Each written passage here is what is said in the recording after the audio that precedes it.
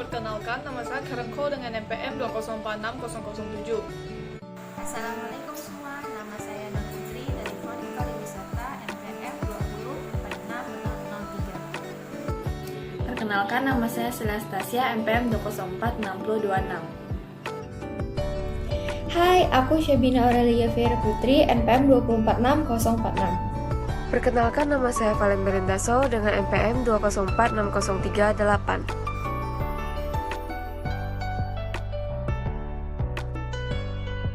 Kepribadian. Berdasarkan pandangan psikologi dari sisi kepribadian, seseorang melakukan perjalanan wisata adalah pribadi yang menyukai tantangan dan ingin mencari pengalaman yang baru. Tantangan misalnya mereka menyukai tempat yang belum banyak diketahui oleh orang, atau melakukan wisata yang bersifat berpetualangan. Berwisata disukai karena bisa lebih mengenal budaya, tempat, dan orang yang baru, melihat dunia yang belum pernah dikunjungi sebelumnya. Orang yang melakukan wisata karena dipengaruhi oleh kepribadian cenderung memiliki kepribadian yang mudah beradaptasi terhadap lingkungan yang asing dan bosan akan hal yang lama atau yang pernah dialami sebelumnya. Mereka melakukan wisata untuk mencari tahu lebih banyak tentang tempat, budaya, lingkungan, suasana, atau orang asing dan belajar dari pengalaman tersebut, serta menambah wawasan dan pengetahuan mereka tentang budaya tertentu.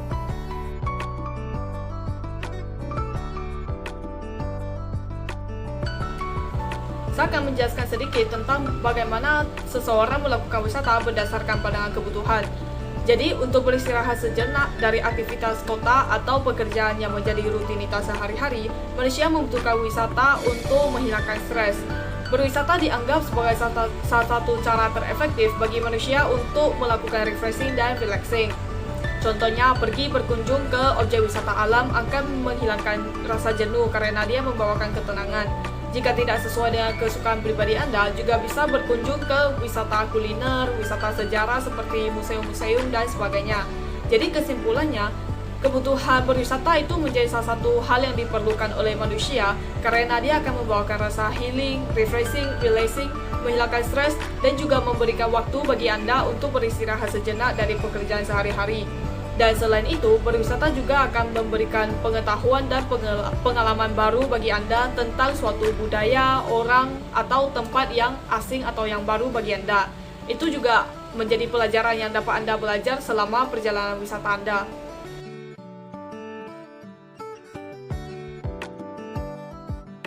Perilaku pengambilan keputusan terbagi menjadi 4 macam.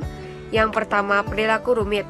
Mereka terlibat dalam kegiatan pembelian yang dimana terdapat sebuah perbedaan yang besar antar beberapa merek. Biasanya kegiatan pembelian jenis ini biasanya terjadi bila produk yang akan mereka beli memiliki harga yang mahal, jarang dibeli, beresiko, dan sangat mengekspresikan diri mereka, seperti kendaraan bermotor, telepon seluler, dan sebagainya. Yang kedua, perilaku pembelian pengurang disonansi.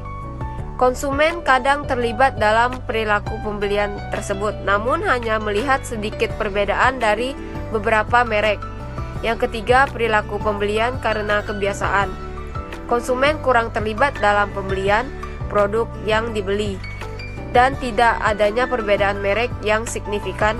Jadi, konsumen membeli suatu produk atau barang yang sama bukan karena mereka loyal terhadap suatu produk tersebut, melainkan hanya karena kebiasaan dari mereka. Yang keempat, perilaku pembelian yang mencari variasi. Dalam situasi ini, pembeli terlibat dalam pembelian barang walaupun rendah tetapi memiliki perbedaan merek yang signifikan. Jadi, konsumen selalu melakukan perpindahan merek.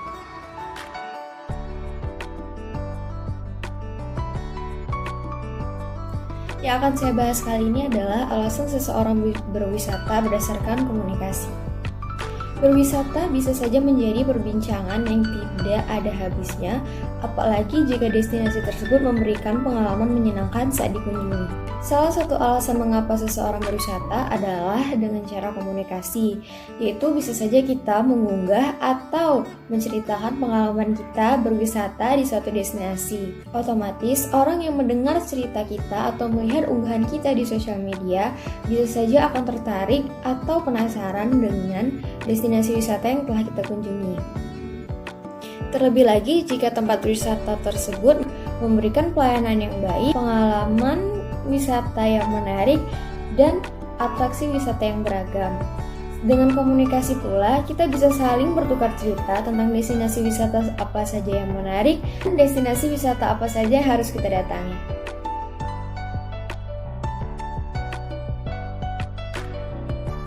Budaya adalah hal yang berkaitan dengan akal, budi, adat istiadat, dan tingkah laku manusia yang diwariskan secara turun-temurun. Budaya memiliki tujuan dan fungsi, salah satunya yakni media komunikasi.